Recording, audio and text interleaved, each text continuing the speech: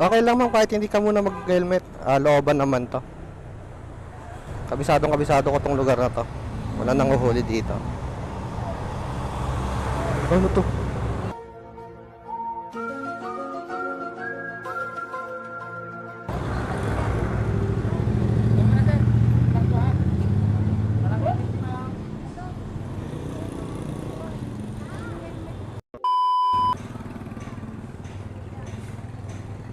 Sir, may helmet ako sir. Yung backride ko walang helmet. Bakit ako yung huliin nyo? Ako yung may helmet, siya yung wala. Dapat siya yung huliin nyo.